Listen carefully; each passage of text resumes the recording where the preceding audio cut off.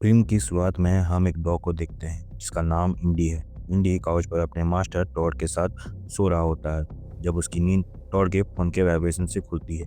घर में टीवी का स्टैटिक्स आ रहा होता है और इंडी नोटिस करता है कि पास वाली दीवार पर कुछ शैडो जैसा दिख रहा है। फिर इंडी का ध्यान अपने ओनर टॉड की तरफ जाता है जो काउच पर ही अजीब सी कंडीशन में बैठा होता है। टॉड के फोन पर खून की बूंदें गिरती हैं। ये खून टॉड के मुंह से निकल रहा होता है और टॉड काफ़ी ज़्यादा बीमार लग रहा होता है। वो ठीक से सांस भी नहीं ले पा रहा होता है। हम देखते हैं कि टॉड को उसकी बहन वीरा का कॉल आ रहा होता है और इंडी को एहसास हो जाता है कि टॉड की हालत ठीक नहीं है। तभी घर के अंदर शायद वीरा आ जाती है और टॉड की कंडीशन देखकर तुरंत इमरजेंसी नंबर पर कॉल करती है और एम्बुलेंस बुलाती है ताकि टॉड को बचाया जा सके। यहाँ सीन कट होता है और उसके बाद हमें एक मोन्टाज दिखाया जाता है। इस मोन्टाज में हम इंडी को देखते हैं जब वो पहली बार टॉड की फैमिली का हिस्सा बना था और तब इंडी एक क्यूट सा पपी होता है। हम इंडी को धीरे धीरे बड़ा होते हुए देखते हैं। फिर टॉड इंडी और वीरा के बीच की बॉन्डिंग को समझ पाते हैं।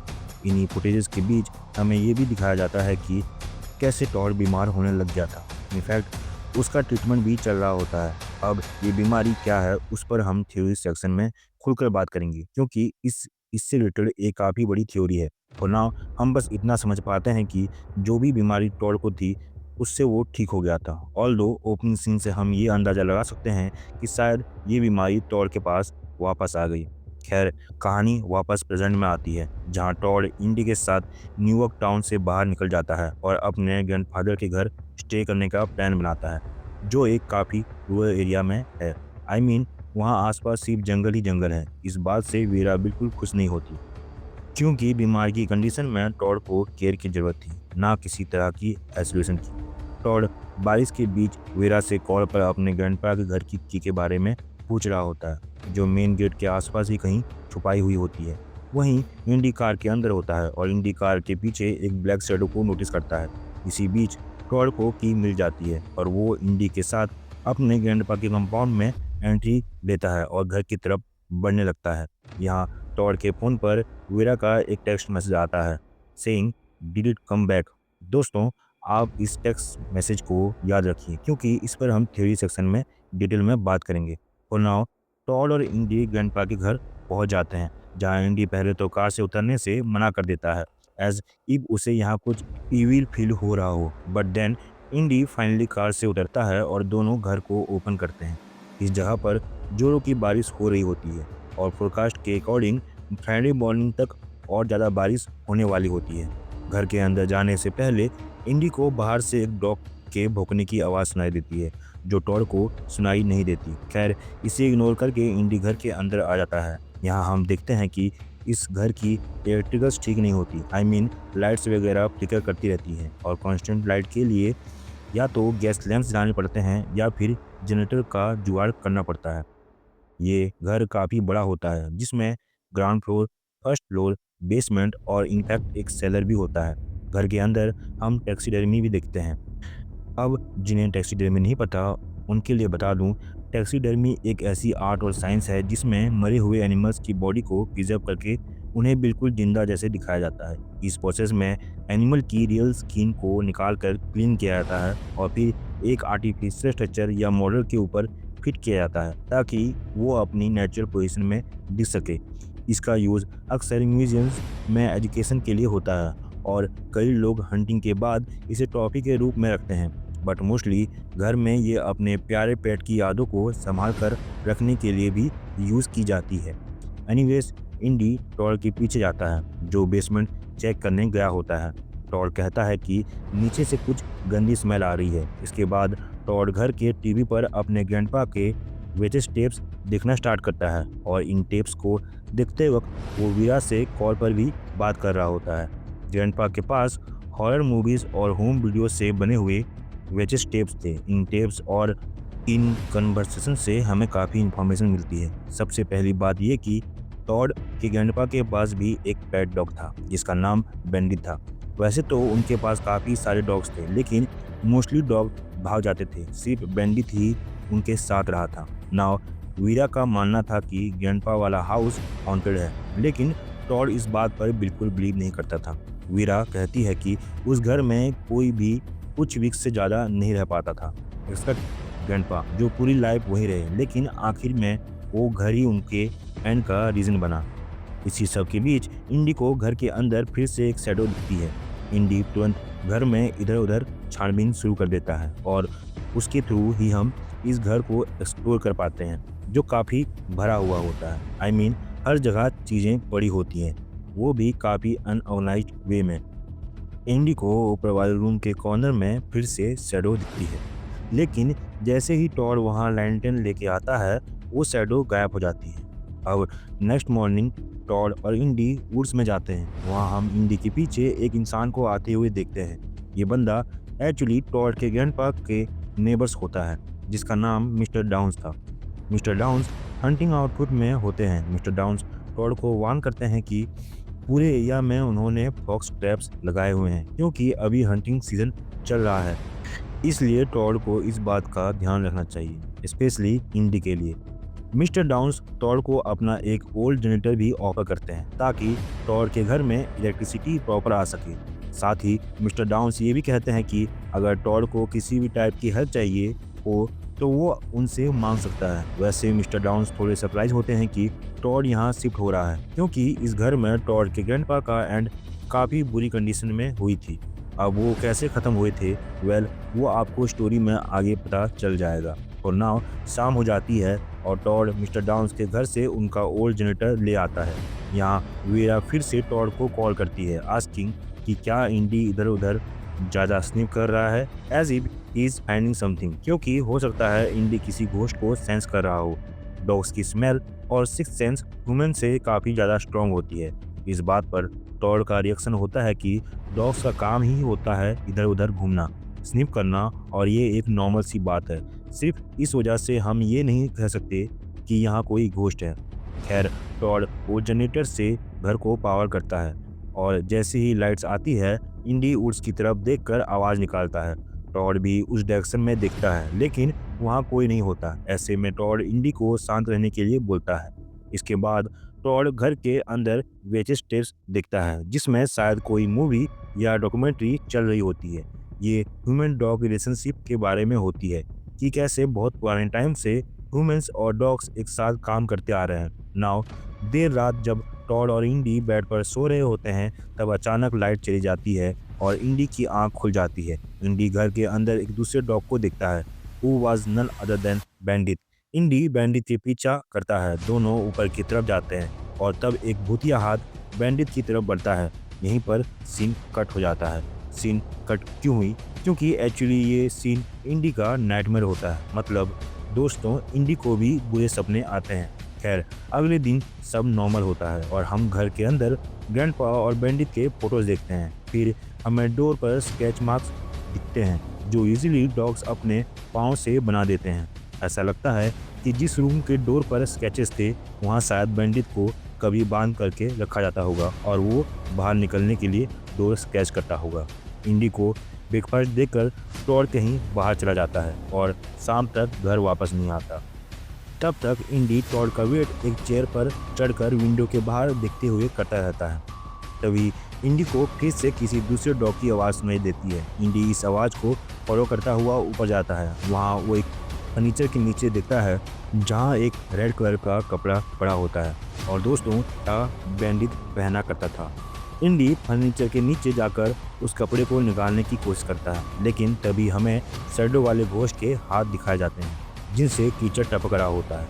यह हाथ इंडी की तरफ बढ़ता है और इंडी भागकर बेड के नीचे छुप जाता है। तभी घर के अंदर टॉड वापस आता है, जिसके हाथ पर मरहम पट्टी बंधी होती है, डिपिक्टिंग कि वो फिर से काफ़ी ज़्यादा बीमार हो चुका है और वो घर के बाहर ट्रीटमेंट लेने ही गया हुआ था। इंडी टॉड के पास जाने की कोशिश करता है, लेकिन टॉड इतना ज़्यादा बीमार और थका हुआ होता है कि वो इंडी को अपने पास आने से मना कर देता है। इनफैक्ट टॉड गुस्से में इंडी पर थोड़ा चिल्ला भी देता है और उससे अपने से दूर कर देता है। इंडी फ्लोर पर ही सो जाता है और उस रात उसे फिर से नाइटमेयर्स आते हैं, जहाँ वो उर्स में घूम रहा होता है और उसे एक शैडो दिखती है। बाय द वे दोस्तों, इन वुड्स में एक बरियल प्लेस भी है, जहाँ मोस्टली टॉड के फैमिली मेम्बर्स ही बरीड हैं। टॉड की फैमिली कई जनरेशन से यहीं रह रही है और उनका एंड भी यहीं पर होता आया है। एनीवेज, रात में ऐसे उठने के बाद इंडी घर के अंदर ही घूमने लगता है और उसे फ्लोर पर कीचड़ के पैटर्न्स दिखते हैं। वो इन पैटर्न्स का पीछा करता हुआ नीचे के फ्लोर तक जाता है जहाँ से आवाज़ें आ रही होती है। वहाँ इंडी देखता है कि टॉड अपना सर दरवाजे पर मार रहा होता है और उसके सर से खून भी निकल रहा होता है। इंडी तुरंत टॉड के पास जाता है, जिसके बाद टॉड फाइनली रुक जाता है। अब अगले दिन सुबह टॉड फिर से अपने ग्रैंडपा के वेचे स्टेप्स दिखता है, जिसमें ग्रैंडपा अपनी सारी चीज़ें अपने बच्चों के नाम कर रहे होते हैं। जैसे अपनी एक बेटी जो वीगन है, उसके लिए वो सारे टैक्सीडर्मी छोड़ रहे होते हैं। काइंड ऑफ एक जोक जैसा लगता है। बाकी सब टॉड के नाम कर देते हैं। हमें पता चलता है कि ये फैमिली पिछली 6 जनरेशन से इसी जगह पर रह रही है और सब का एंड यहीं पर हुआ है। ग्रैंडपा भी किसी सीरियस इलनेस से जूझ रहे थे और उन्हें पता था कि उनका एंड करीब है। सिमिलरली हम टॉड को भी खांसते हुए देखते हैं, एज इफ वो भी वही सेम ग्रैंडपा वाली बीमारी से पीड़ित है। नाउ कॉल पर वीरा प्लानिंग कर रही होती है कि वो इस वीकेंड टॉड से मिलने आएगी, लेकिन टॉड वीरा पर गुस्सा हो जाता है, सेइंग कि वीरा उसे पेशेंट की तरह ट्रीट ना करे और उसे अकेला छोड़ दे। इसी बीच इंडी को घर के अंदर पैरानॉर्मल फील होने लगता है, जैसे डोर सा खुलना, sounds and all. Being a dog, indie तुरंत इन सब चीज़ों को चेकआउट करने जाता है और वो एक चेयर के पास जाकर रुक जाता है। दोस्तों, ये वही चेयर है जहाँ ग्रैंडपा अक्सर खांसते रहते थे, बीमार रहते थे और उनका डॉग बैंडिट उन्हें उदास नज़रों से देखते रहता था। ग्रैंडपा की लास्ट मूवमेंट्स में उनके मुंह से भी खून निकल रहा होता है और वो बैंडिट को भागने के लिए कहते हैं। यहाँ हमें वही कीचड़ जैसा काला हाथ भी दिखाया जाता है, एज इफ वो ग्रैंडपा को क्लेम करने आ रहा हो। ये चीज़ें शायद इंडी इमेजिन कर रहा होता है, या फिर बैंडिट की आत्मा उसे दिखा रही होती है, या फिर फिल्म हमें ऑडियंस के तौर पर ये सब दिखा रही होती है। यहाँ हम इंडी के पीछे उस कीचड़ वाले घोस्ट को देख भी पाते हैं और सीन कट हो जाता है। इस पॉइंट पर टॉड इंडी को ढूंढना शुरू करता है और बेसमेंट की तरफ जाता है, लेकिन उसे इंडी बेसमेंट एंट्री के एक डोर के पीछे मिलता है। अब ये थोड़ा सरप्राइजिंग था, क्योंकि इंडी अचानक से वहाँ कैसे आ गया। इंडी पूरी तरह कीचड़ में सना हुआ होता है और टॉड उसे नहलाना स्टार्ट करता है। टॉड कहता है कि इंडी डेथ की तरह स्मेल कर रहा है और तभी टॉड को खून की उल्टी होने लगती है। नेक्स्ट सीन में इंडी और टॉड हॉस्पिटल में होते हैं, जहां टॉड का एमआरआई होता है। डॉक्टर्स की बातों से ऐसा लगता है कि टॉड के पास अब ज़्यादा टाइम नहीं बचा है। टॉड यहाँ क्लिनिकल ट्रायल्स में पार्टिसिपेट करने की रिक्वेस्ट करता है, लेकिन डॉक्टर के हिसाब से टॉड अब इतना ज़्यादा बीमार हो चुका है कि वो क्लिनिकल ट्रायल का भी पार्ट नहीं बन सकता। मतलब अगर टॉड अपनी कंसेंट दे भी देता है तो भी उस पर एक्सपेरिमेंटल ड्रग्स टेस्ट नहीं की जाएगी, क्योंकि उसका बचना अब लगभग नामुमकिन हो चुका है। इस सब के दौरान इंडी टॉड की गोद में होता है और अचानक से छटपटाकर नीचे कूद जाता है, एज इफ इंडी डर गया हो। इनफैक्ट एक पल के लिए इंडी को टॉड दिखाई देता है और अगले ही पल टॉड की जगह वो कीचड़ में सना काला भूत नजर आता है। इसके बाद हम टॉड को वुड्स में देखते हैं, जहाँ वो हाई सूप प्लांट्स ढूंढ रहा होता है। ये बेसिकली एक ग्रीन हब होती है जो काफ़ी अरोमेटिक होती है। मिस्टर डाउन्स कहते हैं कि उन्हें इस हब के बारे में ज़्यादा पता नहीं है। मिस्टर डाउन्स फिर से टॉड को वार्न करते हैं कि टॉड और इंडी उनके फॉक्स ट्रैप्स के काफ़ी करीब आ चुके हैं, इसलिए उन्हें केयरफुल रहना चाहिए और ट्रैप्स में फंसना नहीं चाहिए। खैर, नेक्स्ट सीन में हम टॉड को घर के अंदर हब्स वगैरह जलाते हुए देखते हैं, ताकि घर का एटमॉस्फेयर काम और चिल बन सके, जैसे कैंडल्स जलाकर रोमांटिक और पीसफुल एनवायरनमेंट क्रिएट करना। लेकिन इसका कोई ज़्यादा असर नहीं होता और टॉड ब्रेकडाउन कर जाता है। फिर वो इंडी को हक करके रोने लगता है। इसी दौरान इंडी को फिर से वही कीचड़ में सना हुआ घोस्ट दिखाई देता है। उसके बाद टॉड और इंडी साथ में एक हॉरर मूवी देखते हैं और टॉड इंडी को नीचे सोने के लिए कह देता है, क्योंकि बेड पर टॉड को पूरी जगह चाहिए होती है due to his sickness. Indy room के डोर पर गार्ड करता हुआ बैठा होता है जब उसे एक शैडो सी गुजरती हुई दिखाई देती है। इंडी उस शैडो का पीछा करता है और नीचे जाता है और वहाँ उसे बेसमेंट से लाइट आती हुई दिखती है।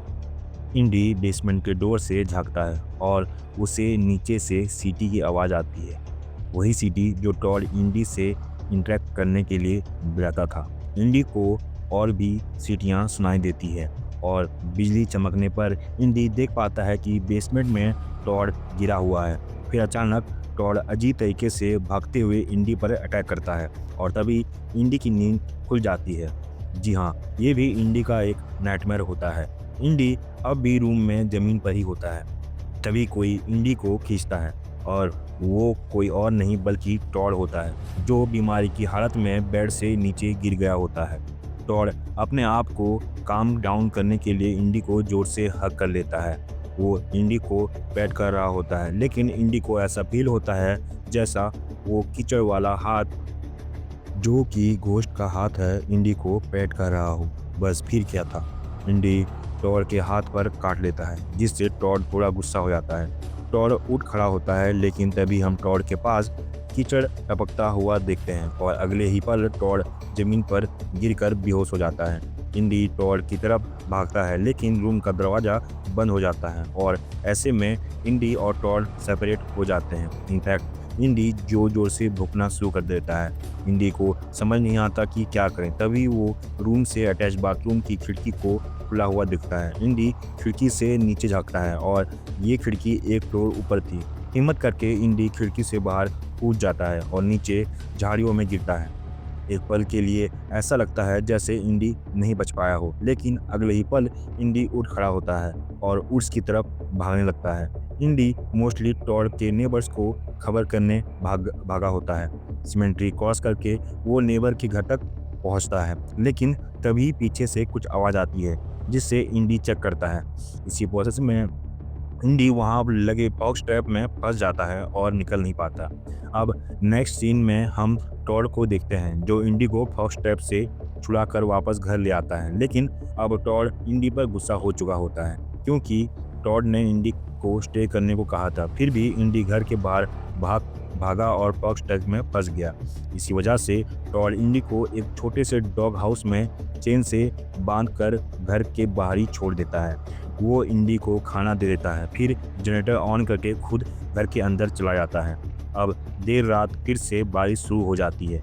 इंडी डॉग हाउस के अंदर जाने के बजाय बारिश में भीगता हुआ घर की तरफ घूर कर देख रहा होता है। वो अपना खाना भी नहीं खाता। तभी इंडी को घर की विंडो पर एक शैडो दिखाई देती है। इंडी को उर्स में ग्लोइंग आई और फॉक्सेस भी दिखते हैं। साथ ही हम व्यूअर्स नोटिस करते हैं कि टॉड की कंडीशन और ज़्यादा बिगड़ रही होती है। वो खांसते हुए खून की उल्टी कर रहा होता है और घर के अंदर टीवी पर VHS टेप्स चल रही होती हैं, जिसमें कोई हॉरर मूवी चल रही होती है। इंडी को बाहर एक शैडो दिखाई देता है, जहां एक ह्यूमन किसी डॉग के साथ होता है या फिर डॉग पर अटैक कर रहा होता है। इस डर से इंडी अपने डॉग हाउस के अंदर घुस जाता है, लेकिन डॉग हाउस के अंदर जमीन के नीचे से वही कीचड़ में सना हुआ हाथ निकलता है। डर के मारे इंडी बाहर भागता है। इस पॉइंट पर वो हाथ इंडी की चेन पकड़कर खींचने लगता है और इंडी पूरी ताकत लगाकर रेजिस्ट करता है। इंडी डॉग हाउस को ही पुश करता है, फिर जोर से पुल करता है, जिससे इंडी फाइनली अपनी चेन तोड़कर फ्री हो जाता है। बारिश के मौसम में जनरेटर चलने की वजह से जनरेटर खराब हो चुका होता है और इंडी जनरेटर के पास खड़ा होता है। इंडी के पास घर के अंदर जाने का कोई रास्ता नहीं होता। पास ही एक सेलर होता है, जिसका दरवाज़ा बंद होता है और अगले ही पल वो दरवाज़ा अपने आप खुल जाता है। इंडी सेलर के अंदर जाता है, जहां उसे पहले वाले डॉग बैंडिट का स्केलेटन मिलता है। अब मैं कैसे श्योर हूँ कि ये बैंडिट का ही स्केलेटन है? बैंडिट का जो रेड कलर का कपड़ा था, वही इस स्केलेटन पर लगा होता है। अगर आपको याद हो, जब ग्रैंडपा इस घर में मरे थे, तब बैंडिट कभी मिला ही नहीं। टर्न्स आउट बैंडिट इसी सेलर में लॉक हो गया होगा, जहां उसकी डेथ हो गई होगी और अब यहां उसका स्केलेटन मौजूद था। इंडी आगे बढ़ता है और सेलर के अंदर और गहरा चला जाता है। वहीं घर के अंदर टॉड बेड पर लेटा होता है और फाइनली बेड से उठता है। उसे अपने सामने कीचड़ में सने हुए फुटस्टेप दिखाई देते हैं, लेकिन कोई इंसान नजर नहीं आता। ये फुटस्टेप्स एक एक करके फॉर्म हो रहे होते हैं और टॉड के करीब आ रहे होते हैं। टॉड लाइट जलाता है और तभी उसके सामने इंडी आ जाता है। टॉड इंडी को हक करता है और पूछता है कि वो घर के अंदर कैसे एंटर हो पाया। टॉड इंडी को प्यार से पेट करता है और तब हमें मालूम चलता है कि वो बेड पे मरा पड़ा है। जी हाँ दोस्तों, लुक्स लाइक ये टॉड की आत्मा थी जो इंडी से इंटरैक्ट कर रही थी। इसी बीच टॉड के फ़ोन पर बार-बार वीरा के कॉल्स आ रहे होते हैं और मैसेजेस भी, कॉल मी बैक। इसी पॉइंट पर वो कीचड़ वाला घोस्ट इंडी की चेन टॉड के गले में बांध देता है और उसे खींचना शुरू कर देता है। वो टॉड को खींचते हुए ले जाता है और इंडी टॉड के पीछे-पीछे भागता है। इंडी घर के बाहर नहीं निकल पाता क्योंकि घोस्ट घर का दरवाज़ा लॉक करके निकल चुका होता है। ऐसे में इंडी बिना सोचे समझे घर की शीशे वाली खिड़की तोड़ देता है और बाहर सेलर की तरफ भागता है। सेलर का दरवाज़ा बंद होने ही वाला होता है कि इंडी लास्ट मोमेंट पर अंदर एंट्री ले लेता है और उसके बाद सेलर बंद हो जाता है। सेलर के अंदर एक गुफा जैसा रास्ता होता है जहाँ से टॉड की आवाज़ आ रही होती है। इंडी अंदर जाकर टॉड को पकड़ता है और उसे खींचकर बाहर ले आता है। हम देखते हैं कि अब टॉड पूरी तरह कीचड़ में सना हुआ होता है और वहीं कीचड़ वाला घोस्ट भी अपना हाथ आगे बढ़ाता है। इंडी जोर जोर से भौंकना शुरू कर देता है और तभी वो कीचड़ टॉड के ऊपर चढ़ जाता है। मतलब अब टॉड कहीं ना कहीं वही कीचड़ वाला घोस्ट बन चुका होता है। कीचड़ में सने टॉड के मुंह से खून निकल रहा होता है और वो इंडी से कहता है, you are a good dog but तुम मुझे नहीं बचा सकते। इसके बाद टॉड पूरी तरह से एक कीचड़ वाले स्लेटन घोस्ट में बदल जाता है और फिर टॉड वहाँ से चला जाता है। लेकिन इंडी इसी सेलर में टॉड का इंतजार करता हुआ बैठा रहता है। यहीं से सीन नेक्स्ट डे मॉर्निंग का आता है जहाँ वीरा इस जगह पर पहुँच चुकी होती है और रोते हुए सेलर का डोर खोलती है। यहाँ उसे इंडी दिख जाता है और वीरा रोते हुए इंडी को अपने पास बुला लेती है। जाहिर सी बात है, जब वीरा यहाँ आई होगी तो उसे अपना भाई मिल चुका होगा जो कि एक ख़त्म हालत में पड़ा हुआ होगा और इंडी को ढूंढते हुए कि वो सेलर तक आई होगी ताकि इंडी को रेस्क्यू कर सके। अब इंडी को सेलर के अंदर से फिर से टॉड की सीटी सुनाई देती है और इंडी उस तरफ देखता भी है, बट देन थोड़ा सोचने के बाद इंडी सेलर से बाहर निकलता है और वीरा के साथ चला जाता है। यहीं पर फिल्म खत्म हो जाती है। अब फिल्म के एंडिंग क्रेडिट्स में हम इंडी को वीरा की कार में देखते हैं जहां वो जर्नी कर रहा होता है विथ वीरा। मतलब क्लियरली ये नहीं दिखाया गया कि वो वीरा की कार है, बट आई एम एज्यूमिंग कि वीरा जब इंडी को वहाँ से रेस्क्यू करके लाई होगी उसके बाद का ये सीन है, या फिर ये सीन पहले का भी हो सकता है जब इंडी टॉड के साथ इसी कार में घूम रहा होता था और इंडी इंजॉय कर रहा होता है। अब मैं ऐसा इसलिए कह रहा हूँ क्योंकि बिल्कुल एंड में हम फिर से वही टॉड वाली सीटी सुनते हैं जिसे सुन के इंडी अपना सिर वापस कार के अंदर कर लेता है। अब अगर ये बात का सीन है तो ये सीटी की आवाज़ पता नहीं कहाँ से आ रही है, शायद टॉड की आत्मा। लेकिन अगर ये पहले का सीन है जब टॉड जिंदा था तो ऑब्वियसली ये सीटी टॉड ने ही मारी होगी। यहीं पर क्रेडिट्स भी एंड हो जाते हैं। तो दोस्तों, ये थी गुड बॉय फिल्म की कहानी।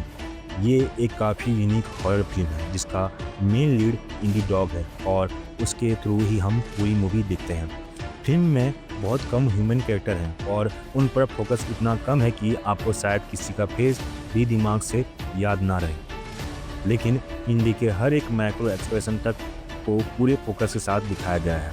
अब सवाल ये आता है कि ये फिल्म कहना क्या चाहती है। वेल, इस फिल्म को लेकर 3 मेजर थ्योरी हैं जिन पर अब मैं बात करने वाला हूँ। पहली थ्योरी, सुपरनैचुरल थ्योरी।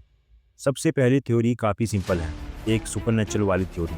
मैं पर्सनली इसे स्ट्रांगली बिलीव नहीं करता, लेकिन काफ़ी लोगों का मानना है कि टॉड के ग्रैंडपा के घर में एक घोस्ट था जो वहाँ रहने वाले लोगों की जान ले रहा था। ये सिलसिला काफ़ी पहले से चल रहा होता है। हम टॉड के ग्रैंडपा को भी इसी तरह बीमार होते और ख़त्म होते देखते हैं, बिल्कुल टॉड की तरह खून की उल्टी करते हुए। अब क्योंकि डॉग्स की परसेप्शन और सेंसेस ह्यूमन से ज़्यादा स्ट्रांग होती है तो डॉग्स इन घोस्ट को पहले ही सेंस कर लेते हैं। ऐसा ही कुछ बैंडिट के साथ भी हुआ होगा। उसने इस घोस्ट को देख लिया होगा और समझ गया होगा कि अब उसका मास्टर नहीं बचने वाला। मास्टर भले ही घर के अंदर खत्म होते हैं, लेकिन ये घोस्ट उनकी आत्मा को खींचकर सेलर में ले जाता है। टॉड के साथ भी कुछ ऐसा ही होता है, जहां वो अपनी बॉडी को बेड पर पड़ा हुआ दिखता है, मतलब टॉड बेड पर ही खत्म हो चुका होता है और उसके बाद ये कीचड़ वाला घोस्ट टॉड की आत्मा को चेन से खींचकर सेलर में ले जाता है। इंडी भी पीछे पीछे जाता है, लेकिन it was too late to save Todd, क्योंकि टॉड ऑलरेडी खत्म हो चुका होता है। टॉड की आत्मा पर यह घोस्ट हावी हो जाता है, जिससे टॉड भी उसी घोस्ट में बदल जाता है। अब जब टॉड के ग्रैंडपा खत्म हुए होंगे, तब भी ऐसा ही कुछ हुआ होगा और बैंडिट भी सेलर में गया होगा। अनफॉर्चुनेटली बैंडिट को कोई ढूंढ नहीं पाया, जिसकी वजह से बैंडिट सेलर में ही खत्म हो गया। इसीलिए हम उसका स्केलेटन सेलर में देखते हैं। इंडी लकी था, क्योंकि नेक्स्ट डे वीरा वहां आकर उसे सेलर से बाहर निकाल लेती है। फिल्म के एंड में इंडी को फिर से टॉड की सीटी सुनाई देती है, विच डिपिक्ट्स की टॉड की आत्मा अभी भी उस सेलर या उस घर से अटैच्ड है। इनफैक्ट कार में जाते वक्त भी इंडी को ये सीटी सुनाई देती है। जैसा मैंने बताया, अगर कार वाला सीन बाद का है तो फिर अगेन ये टॉड की आत्मा ही हो सकती है, लेकिन अगर ये पहले का सीन है जब टॉड जिंदा था, तो वो सेल्फ एक्सप्लेनेटरी हो जाता है। अब ये जो कीचड़ वाला घोस्ट है, वो बेसिकली घर के लोगों को बीमार करके उनकी जान लेता है। ऐसा क्यों करता है, इसकी कोई क्लियर एक्सप्लेनेशन हमें फिल्म में नहीं दी गई, लेकिन एक बात क्लियर है कि टॉड अब खुद वो घोस्ट बन चुका है। मतलब मरने के बाद शायद फैमिली के लोग ही घोस्ट बन जाते हैं। एक तरह का कर्स हो सकता है।